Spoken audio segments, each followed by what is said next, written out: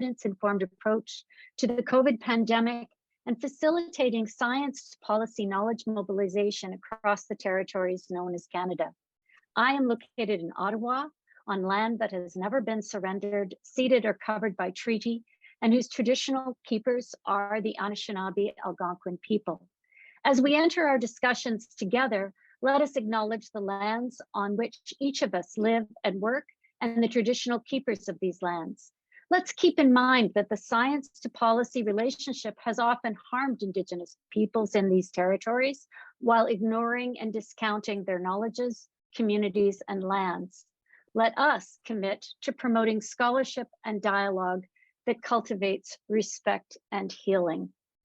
I am just thrilled to be presenting this amazing panel of prestigious scholars who have been working so hard on approaching COVID-related issues in long-term care.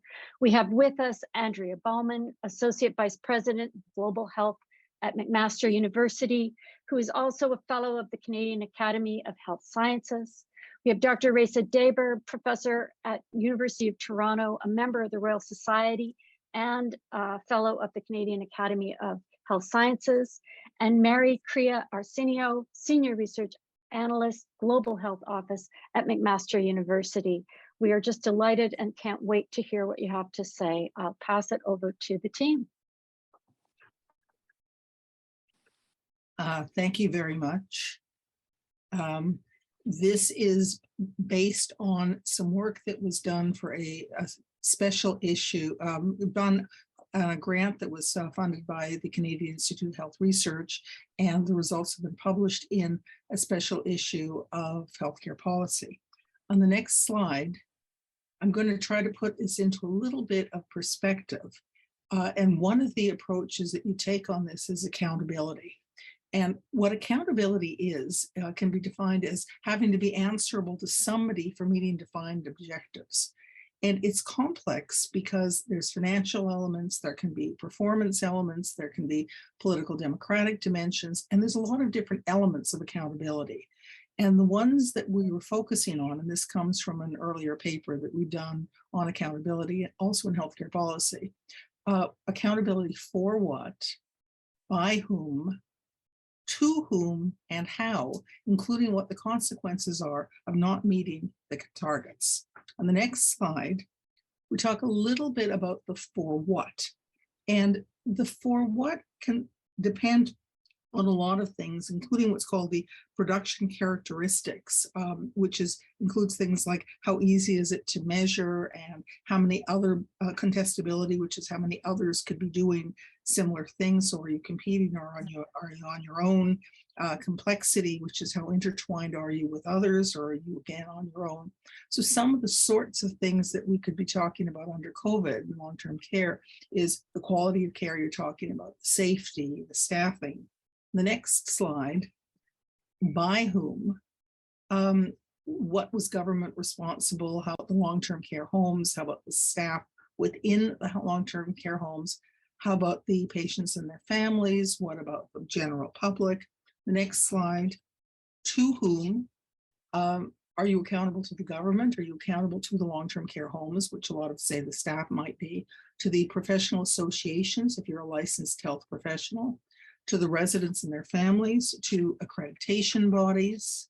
On the next slide, how, and one of the tools that you can look at is what's called policy instruments, which include things like information and education. Are you reporting things to the public? The regulation, and there can be various accountability agreements. Financing and financial incentives, you get paid for meeting standards. Public ownership, which is we take you over. And who's actually going to be accountable if you fail? So I'm going to hand this over now to the rest of the team, who will be talking about some of the specific findings that we have. Next slide.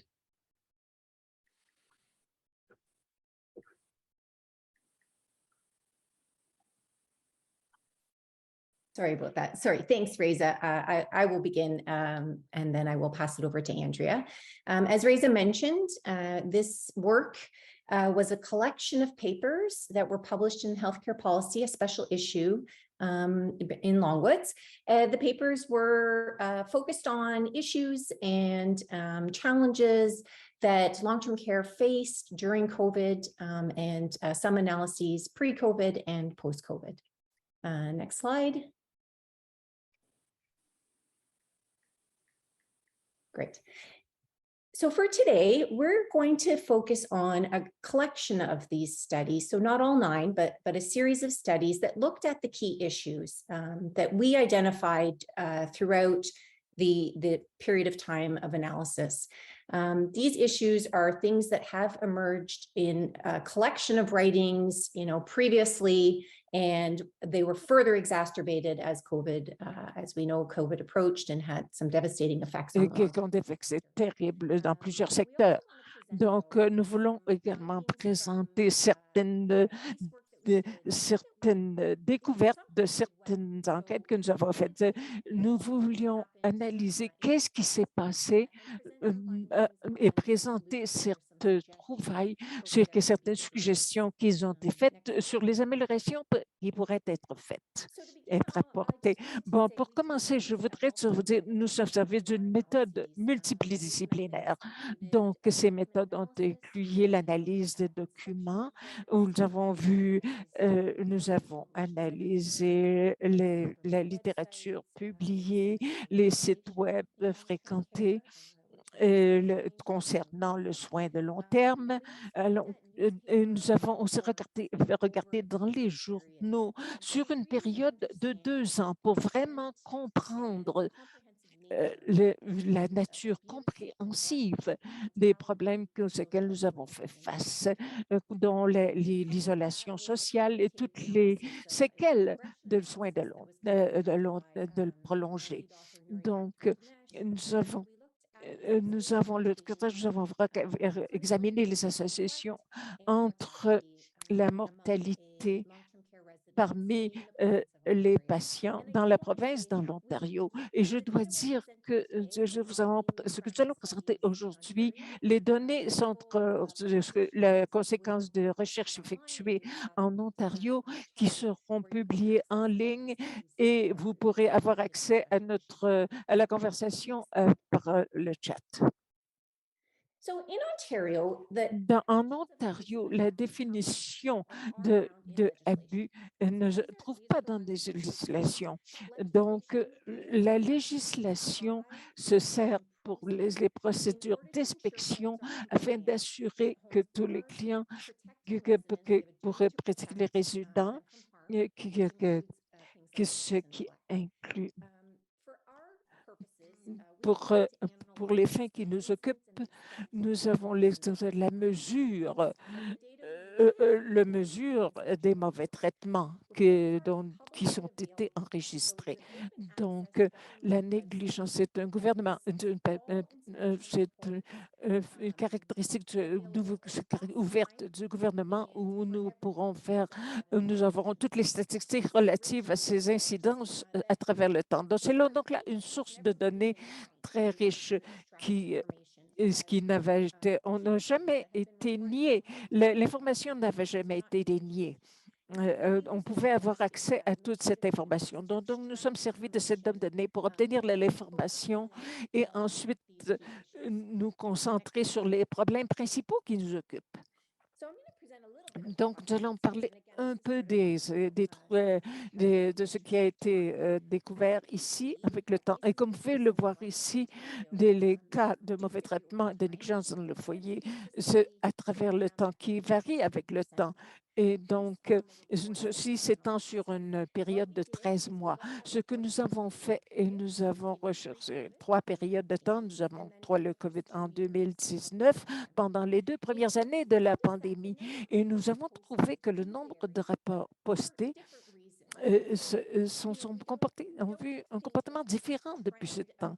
Donc, ne croyons pas que cette tendance vers le moindre nombre d'inspections se doit un changement avec le temps, mais plutôt à des facteurs externes qui auraient affecté la façon dont les recherches ont été effectuées.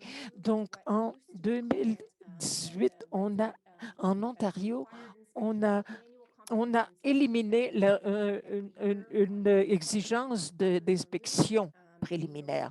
Donc, nous savons que pendant la première année de la COVID, il n'y avait pas d'inspection en personne à cause des restrictions pour au nombre de visiteurs dans les maisons d'attention. Donc, il y a bien des facteurs qui ont une influence sur notre interprétation des données. Donc, chaque année, dans la province, 60, et tous les rapports qui ont été faits ont été faisant état d'incidents et de mauvais traitements et de négligence. Donc, et plus inquiétant encore est que le tiers des cas étaient des cas répétés, des occurrences répétées de mauvais traitements ou de négligence. Donc, la catégorie que nous avons choisie pour analyse était associée à des protocoles de législatifs associés à ces décidants de mauvais traitement, mais il y avait d'autres protocoles dont nous sommes en train d'examiner les données correspondantes qui pourraient faire évidence des mêmes états de choses qui n'auraient pas été classifiées par les inspecteurs. Donc, ceci est associé tout ceci est associé à la législation et il faudra voir en quelle forme. Nous avons aussi pris une analyse des rapports qui ont été faits et nous en avons extrait certaines citations pour vous donner une idée de ce que ces dénonces avaient. Un travailleur de la santé, voyons donc.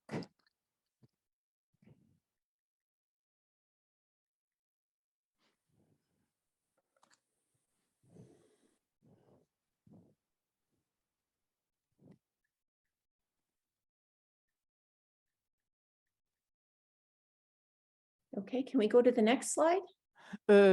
Pouvons-nous passer à la prochaine diapo? Voilà, ici, nous avons des exemples des cas de mauvais traitement.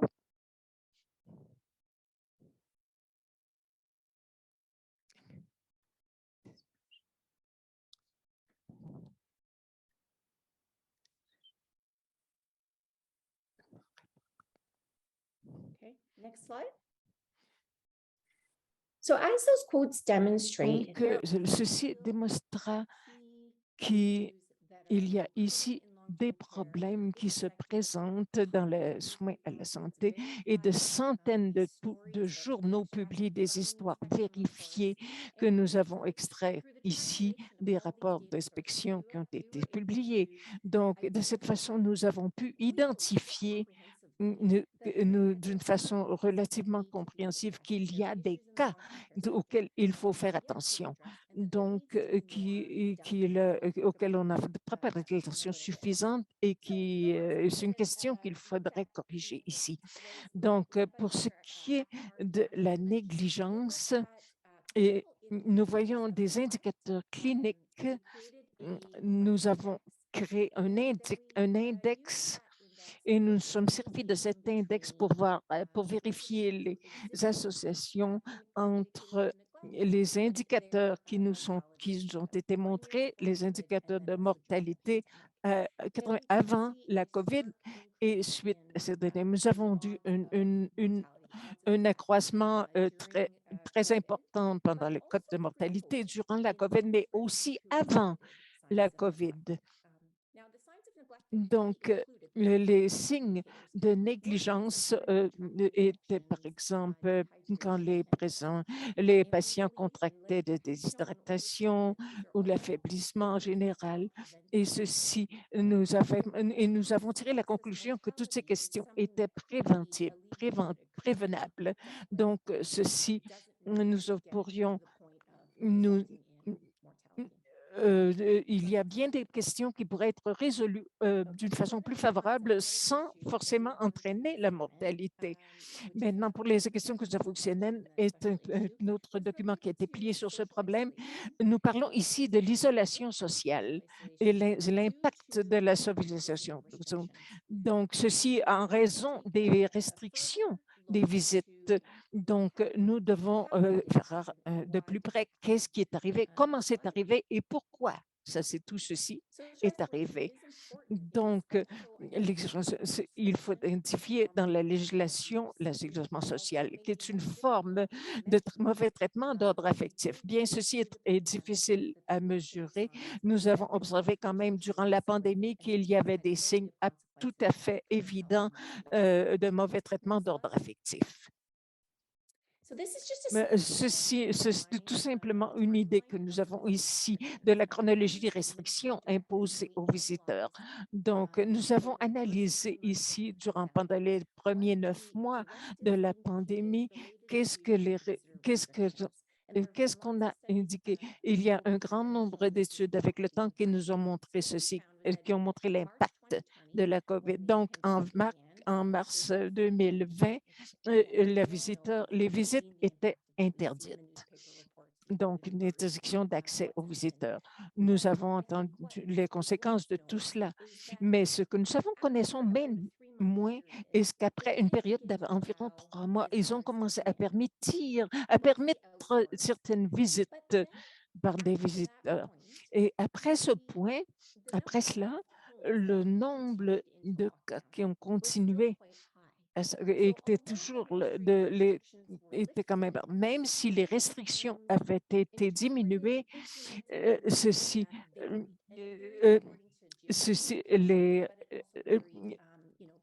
variait sur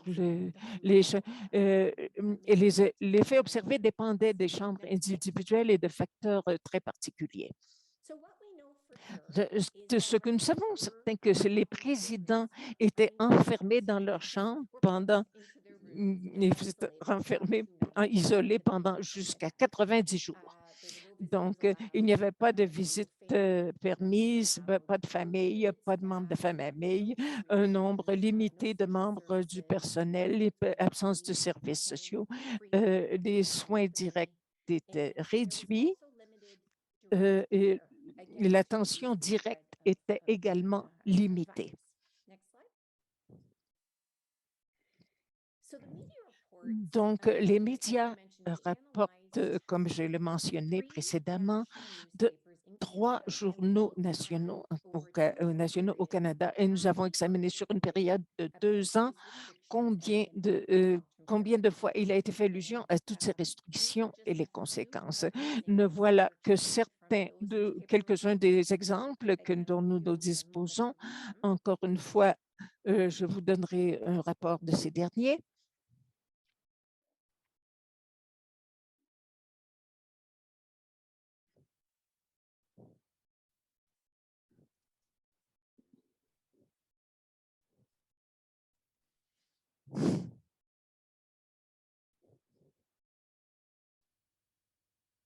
Okay, next slide, Kara.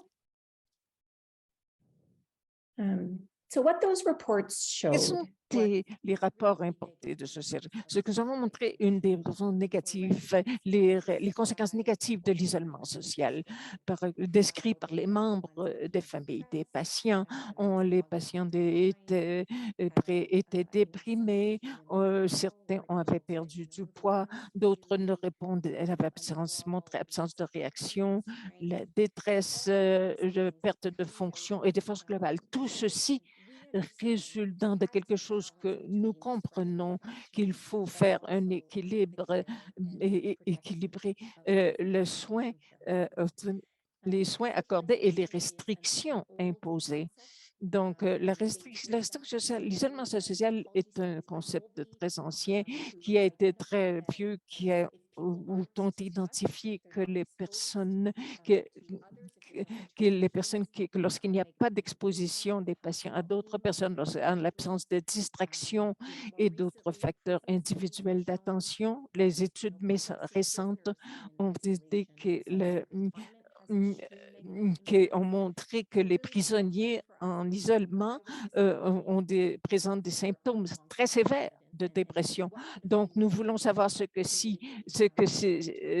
comment ceci pourrait s'associer aux conditions des patients à traitement à long terme. Donc, l'excès de mortalité, etc., la dépression, tout ceci, l'influence de tous ces facteurs au cours des 2 dernières années. Mais nous allons présenter certaines des données que nous avons obtenues, que nous avons maintenant ce que nous avons fait pour améliorer la gestion en temps de crise. Donc, nous vous présenterons plus loin toutes les trouvailles, tous les résultats que nous avons obtenus de nos analyses. On a dit ici que nous voulons aussi, pendant la pandémie, examiner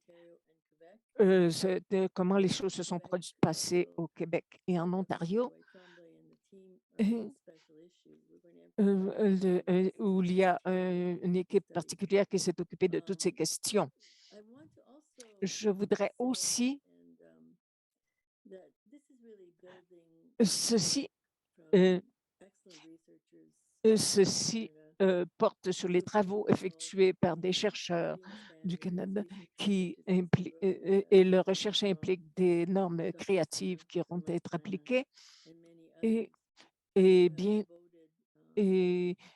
pour lesquelles nous devons remercier un grand nombre de personnes qui ont travaillé sur ce point, un très grand nombre de personnes qui ont travaillé d'une façon désintéressée et que nous tenons à remercier, qui ont travaillé, par exemple, sur les soins prolongés à long terme.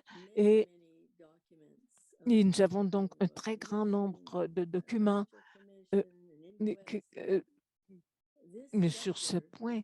Ce secteur est probablement centré sur les secteurs équivalents. En Ontario, il y a plus de 500 foyers de soins prolongés.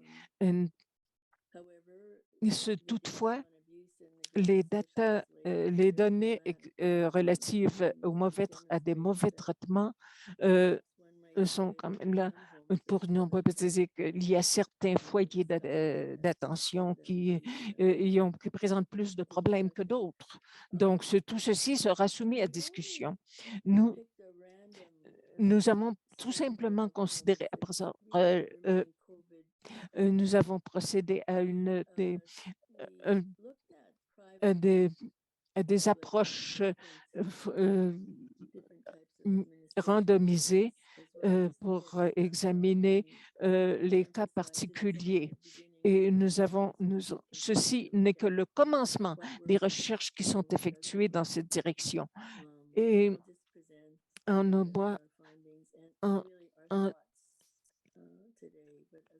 aujourd'hui, comme je vous l'ai déjà dit, nous voyons des exemples des problèmes qui se sont présentés.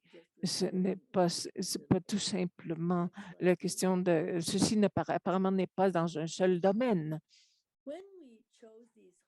Nous avons choisi ces maisons d'attention et que l'échantillon était assez réduit, il faut le dire, mais de toute façon, nous avons observé, nous avons interviewé les directeurs exécutifs de ces centres d'attention, aussi les pratiquants, de même que les travailleurs de soutien et dans un cas en particulier les travailleuses sociaux.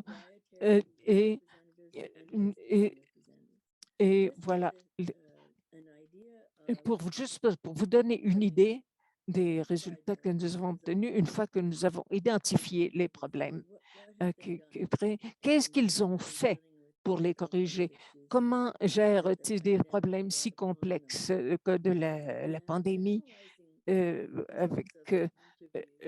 Donc, avec les interviews, ce qui était clair ici est que ces maisons d'adoption ont identifié un problème en janvier, avant le commencement de la pandémie et ceci, mais nous avons vu quand même que c'est depuis décembre déjà, nous avions observé des cas de négligence et nous avons pu anticiper ce que le patient aurait besoin en termes d'attention et d'équipement en janvier.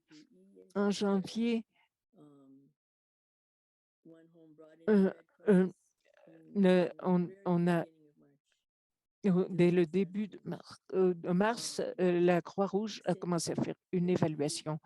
Comme nous avons interviewé un très grand nombre d'employés dans chaque maison d'attention, nous avons vu que les médias, ne- il y avait une communication constante et depuis avec ces participants et nous avons ainsi le temps de mettre au point un programme, un projet de communication.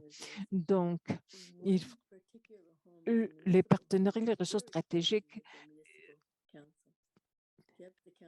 le conseil était très présent en tout moment. Nous avons investigué ce qu'il fallait en termes de ressources stratégiques à obtenir.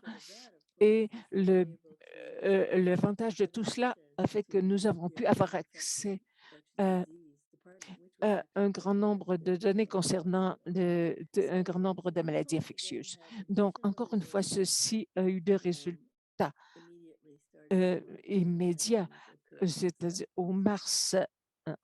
à partir du mois de mars. Encore une fois, dans les conversations aux différentes membres de cette organisation, nous avons une réponse très, très proche. Un grand nombre d'entre eux avaient une histoire d'une compagnie. Nous avons préservé de donation.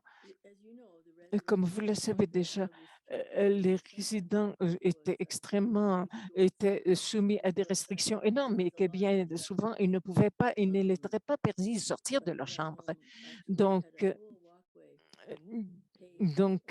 en fait, on nous a donné un trottoir spécial pour entrer à l'institution, entouré de parterres. Donc, ceci, un dealership local nous a fourni toutes ces aménités.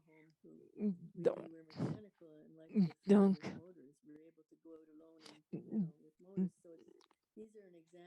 voilà, c'est là qu'un exemple. Que,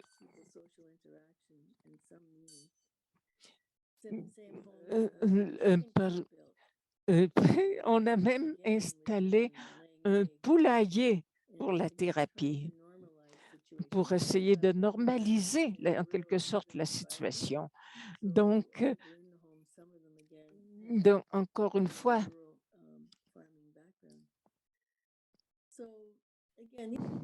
ce sont là que de petits exemples, des exemples isolés de tout ce qui a été fait. Donc, il y a un équilibre maintenant entre le personnel réglementé et non réglementé. Donc, il y a eu des problèmes de personnel.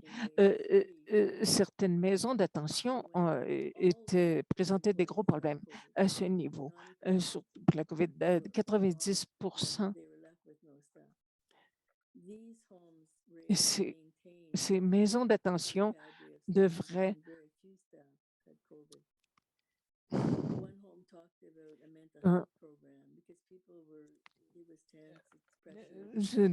les pressions.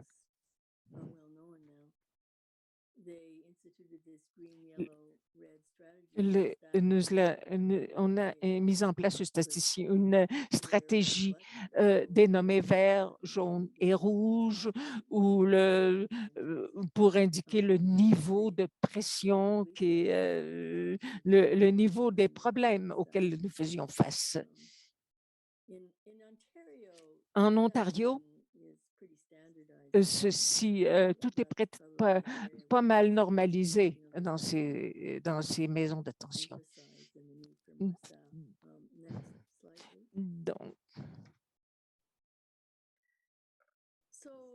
Donc, nous avons pu tenir plusieurs webinaires pour parler des systèmes qui seront appliqués. Nous n'avons pas eu le temps de procéder à tout cela, mais nous recevons quand même avec les rapports et les recommandations qui ont été faites au cours des 2 dernières années. Et il y a ceci. Les équipes de recherche ont obéi pour leur participation une accréditation obligatoire.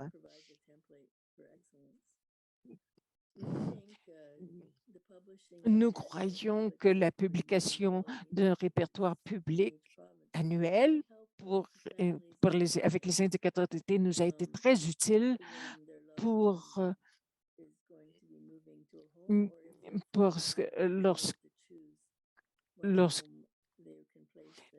au moment de prendre décision concernant dans quelle maison de maison de soins sera référé un patient. Donc, il faudra pour cela mieux revoir encore la direction, la structure administrative. Donc, nous savons peut-être une des études, si on faisait des études un peu plus poussées dans cette direction, ne serait très utile. Mais lors de la pandémie, les pressions ont été intenses lorsqu'on a un directeur exécutif qui doit administrer un hôpital où il y a de 200 à 300 lits. C'est une tâche difficile, il faut bien le reconnaître. Et l'autre question sur laquelle nous avons travaillé et sur lesquels nous avons lu des documentaires récemment était le fait de permettre l'accès aux soignants essentiels pendant la pandémie. Une telle mesure leur a permis, pendant toute la pandémie, de pouvoir intervenir d'une façon plus effective. Dans le London Times, il a été rapporté que cette formation, que cette mesure a été très utile et a été mise en place par les directeurs exécutifs pendant la pandémie.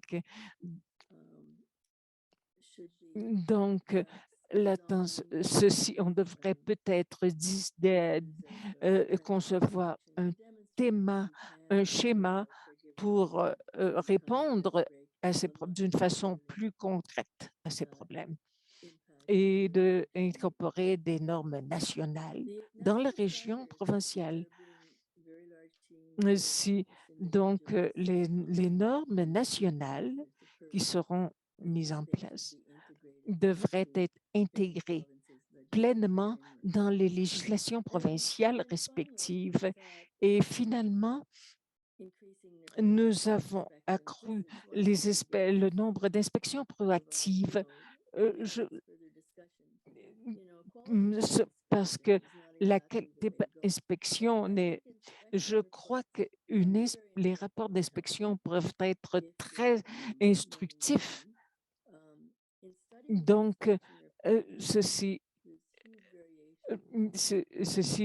présente leurs variations. Parfois, les inspecteurs sont soumis à de myriades de restrictions. Donc, l'évaluation, ceci est donc assez compliqué. Nous avons vu également que ceci exige peut-être des traitements très spéciaux parce que c'est là une question très compliquée, qui est très intégrale et très utile. Les études que nous avons, les résultats de recherche obtenus sur ce sujet nous ont été très intéressants. Ceci était très utile dans le cadre de la responsabilisation. Il y a des mécanismes donc qui devraient être appliqués à long terme. Encore une fois, les rapports d'inspection, il y a des conséquences. Ils ont eu leurs conséquences. Il y a des documents concernant la législation que nous pouvons voir ici. Nous voyons donc les sanctions administratives qui sont appliquées lorsque certains problèmes se présentent et qui sont enregistrés. Et dans d'autres rapports que nous avons vus, est-ce que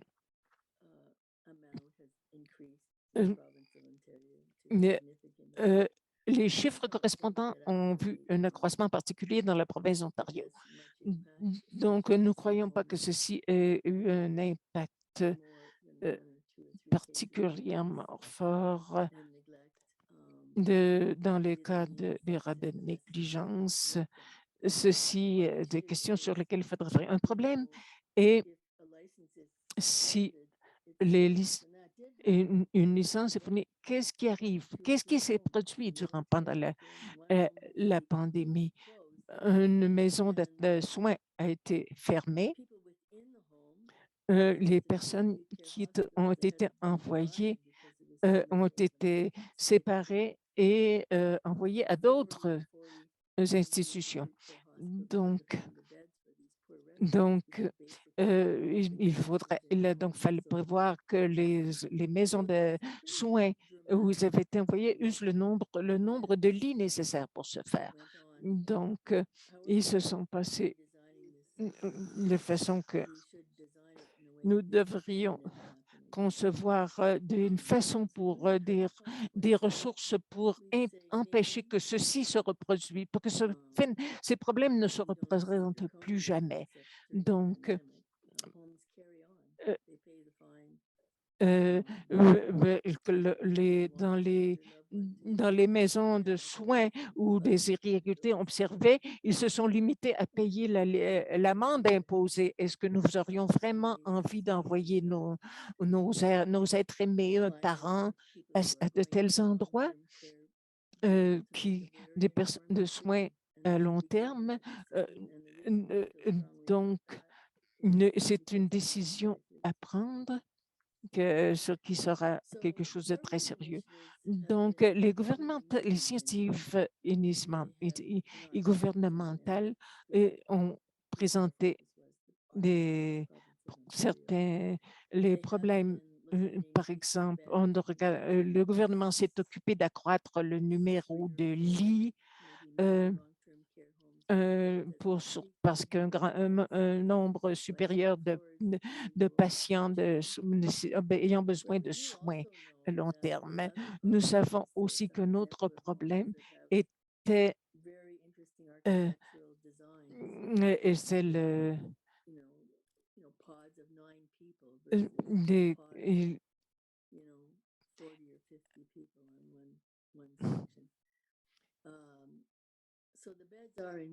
donc, est-ce qu'il y a maintenant des changements dans le design architectural des hôtels pour cette fin?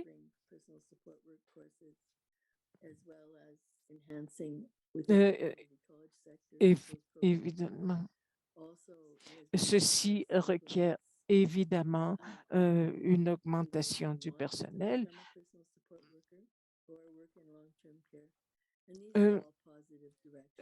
Voilà donc des positions positives dans lesquelles notre cause a évolué. La législation a été modifiée, pas d'une façon très importante, mais il y a également une augmentation des inspections et du nombre d'inspecteurs.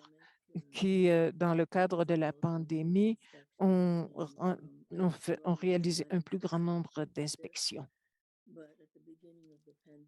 Au début de la pandémie, il n'y avait que on ne faisait tout cela que par téléphone. Alors, mais tout a changé pour le mieux et grâce à ces transformations. Donc, voilà, nous aimerions voir, la meilleure façon d'aller de l'avant.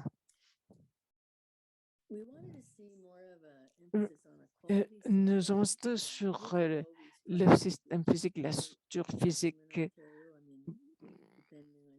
dépendant de la perspective pour l'amélioration des soins et des équipements fournis.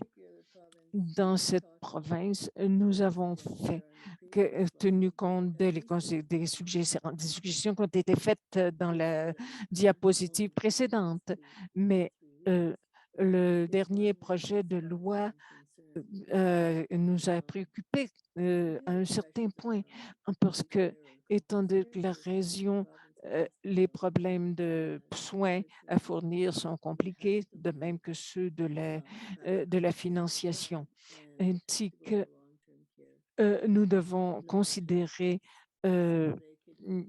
plus amplement la question des soins médicaux prolongés, de long terme. Donc, il est très clair, encore une fois, qu'il faudrait respecter le droit des patients à choisir, à fournir leur consentement pour être internés dans un établissement ou non. Donc, doivent être l'admissibilité d'un patient à un foyer de soins de longue durée.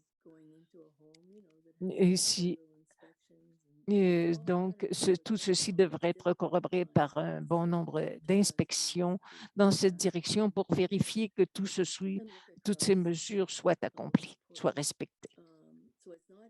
Donc, ce n'est pas facile.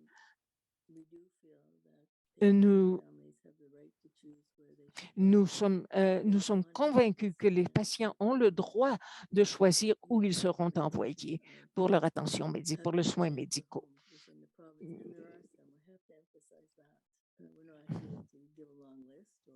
Donc, nous avons donc une longue liste de données dans cette direction. Voilà donc, encore une fois, ce qui devrait être amélioré et que les patients eux-mêmes devraient être au courant de leurs droits. Donc, sur ce, nous allons conclure la prochaine diapo, s'il vous plaît. Donc, voilà les problèmes, voilà les documents qui traitent sur la plupart des problèmes dont nous avons parlé. Et il y a un numéro spécial des Longwood Healthcare Policy. Donc,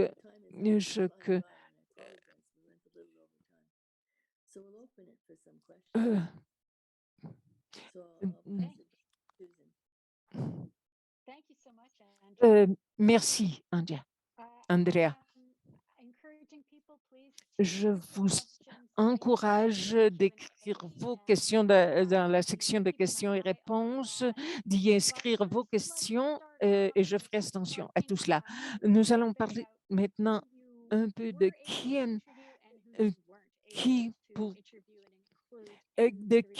a-t-on pu interviewer et de qui il n'a pas été possible de le faire. Donc, dans les recherches que vous avez faites, si vous n'avez pas pu nous faire connaître ces résultats et l'impact que tout ce que nous avons dit pour avoir sur vos recherches, je présenterai des preneurs de décision en substitution parce que pour la sélection par hasard, une fortuite de membres de la famille pour répondre à nos enquêtes. Thank And you. And I guess, Susan, I just add, of course, their biggest. je- je- many anxieties of the pandemic. L'un des premiers problèmes causés par la pandémie était que les problèmes d'ordre social sont les plus importants. Et nous voyons les rapports, et il y en a des centaines de ces rapports, que nous voyons que la pandémie a un effet très significatif sur ces facteurs. Par exemple, des facteurs d'anxiété parmi les membres de la famille, les patients eux-mêmes. Pensant encore une fois des questions dont vous avez traité votre intervention pour aller au-delà des critères minimaux. Donc, nous avons construit un trust pour savoir toutes les mesures à prendre pour faire face aux problèmes d'anxiété des résidents et de leurs membres de leur famille. Vous pourriez dire comment vous nous indiquez comment les recherches que vous avez faites ont permis de répondre aux critères minimaux. Donc, il y a-t-il un changement dans les critères de responsabilité? Vous avez aussi parlé des indicateurs de qualité. Donc, il y a un grand nombre de problèmes avec les indicateurs de qualité parce que ils ne mesurent que l'absence de choses mauvaises. On ne parle pas des bonnes choses, des bons résultats obtenus. Donc, est-ce que vous pourriez nous dire comment nous pourrions obtenir les bons résultats? Dans certaines provinces,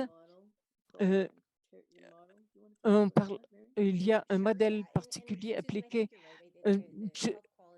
La qualité en Ontario a des indicateurs qui sont postés également. Vous pouvez visiter le site web et que l'information y est publique et vous pourrez vérifier quelles sont les tendances des soins de longue durée et la performance associée. Donc, on parle de médecine, de médicaments psychotropiques, divers indicateurs qui ont été utilisés. Mais encore une fois, comme vous le dites, ceci fournit des aperçus superficiels sur tous les problèmes qui se présentent, mais pas vraiment, mais on ne nous présente pas une évaluation intégrale de ce qui passe dans les maisons de soins particuliers. Mais alors, nous, le public, aimerait connaître tous ces thèmes. Alors, quelle est la différence par rapport aux soins de longue durée et qu'est-ce que les preneurs de décision? Donc, nous avons par l'information dont nous disposons, et sont des témoignages particuliers, par exemple, à cette maison de soins, comme ci, comme ça, c'est bien, c'est pas. Ceci est important quand même, parce que nous ne voulons pas rester loin des membres de la famille, mais en même temps, vous avez le droit de savoir, de connaître l'information correspondante à ces maisons de soins. Donc, nous avons besoin d'un système qui présente au public l'information dont ils ont besoin, comment se préparer, comment il y a plusieurs façons d'y procéder. Donc, nous proposons que une façon de le faire serait peut-être un bulletin public, un répertoire public des inspections effectuées et d'autres indicateurs qui pourraient inclure diverses sources d'informations. Donc, et d'autre parce que c'est comment nous voulons continuer de travailler dans cette direction. Avec cette information, nous pourrions définir quelles sont les choses, les bons résultats. Voilà ce que nous voulons avoir. Non, pas seulement les échecs et les choses qui ne marchent pas, mais tout ce qui nous est important pour nous, tant les bonnes choses comme les mauvaises. Parce que pour tout ceci, au mieux pour votre bien-être. Donc, j'allais passer de la parole à Raissa. On me demande si vous pouvez leur dire qui sont les maisons de soins, donc de soins de longue durée. Donc,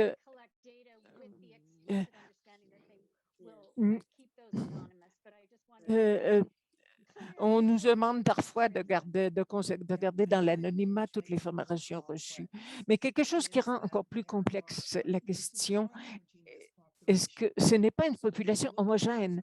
Donc, si nous voyons que ceci dépend de la disponibilité de soutien, supports familiers, sociaux, et il y a des problèmes concernant les liens culturels qui, dans certaines communautés culturelles, ceci est important. Quel sera le régime alimentaire? Il y a une communauté sociale très fortement impliquée dans certains cas où il y a un support communautaire qui est apporté à certains patients et à d'autres où il n'en est rien. Donc, maintenant, pour observer les bonnes choses devient un peu plus difficile parce que nous ne parlons pas d'une population homogène. Donc, en particulier, je crois que il y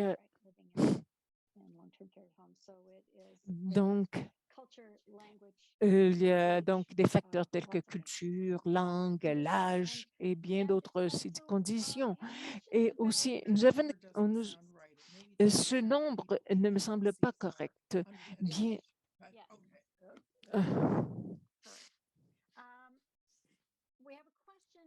nous avons une question. On nous demande, considérez-vous la financiation et les différents centres pour maintenir les résidences indépendantes? Je ne sais pas comment si cette question est incluse dans vos recherches, mais le commentaire me semble intéressant. Plus spécifiquement, donc, comment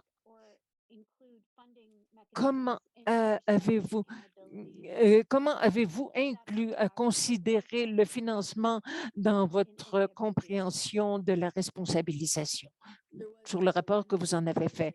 Il y a une chose pour les mécanismes de financement, et si nous pouvons envoyer les rapports qui nous ont été fournis concernant les mécanismes de financiation. Comme vous le savez déjà, le secteur privé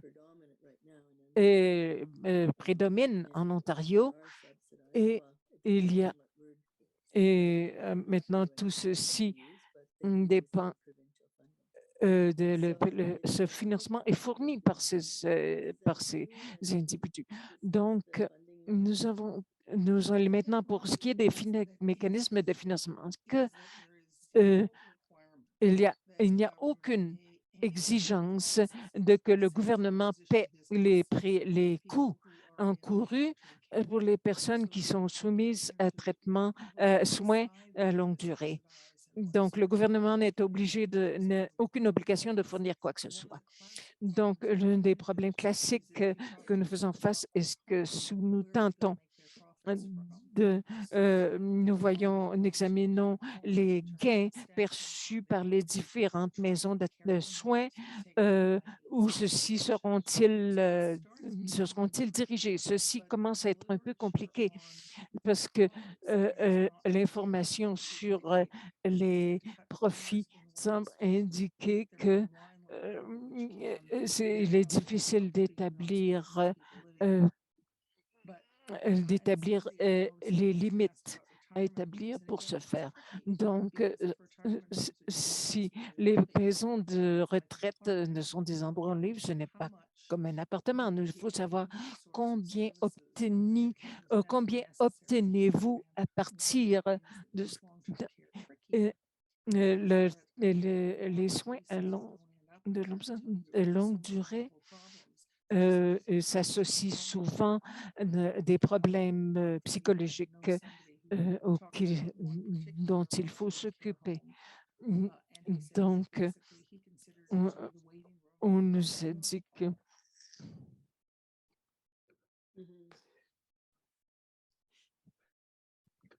So when we're thinking about the national standards and how they quand might nous parlons des normes nationales et comment celles-ci pourraient être soutenues pour si c'était incorporé dans une législation préventive, comme nous l'a proposé, voyez-vous là quelque chose, une amélioration des normes nationales ou est-ce que vous croyez que quelque chose comme ça se produira bientôt, des faits, des données encourageantes dans cette direction? Je crois que c'est là le travail de For example, increasing staffing. Exemple, augmenter le personnel. Nous avons un secteur qui ne veut pas, qui ne souhaite pas travailler. Donc, il faut établir des conditions de travail et vérifier que ces conditions de soins de la santé, qu'il faudra assurer que ceci, que lorsque nous n'avons pas l'assurance que l'endroit où on travaillera remplira les conditions nécessaires pour que nous travaillions correctement, ceci n'encourage pas la participation et le désir de participer. Donc, il faut donc travailler sur cette question que les normes, pour le moins que toutes les normes, que les normes couvrent tous les aspects possibles des soins médicaux. Donc, il faudra considérer tout cela pour accroître le personnel. Voilà ce que nous cherchons à intégrer dans une approche générale qui tiendrait compte de tout cela pour augmenter le personnel. Vous avez vu également que des choses, par exemple, combien à quel point les droits ont-ils droit à obtenir de l'aide de la société lorsque leurs conditions requièrent d'hospitalisation ou d'internation? Donc,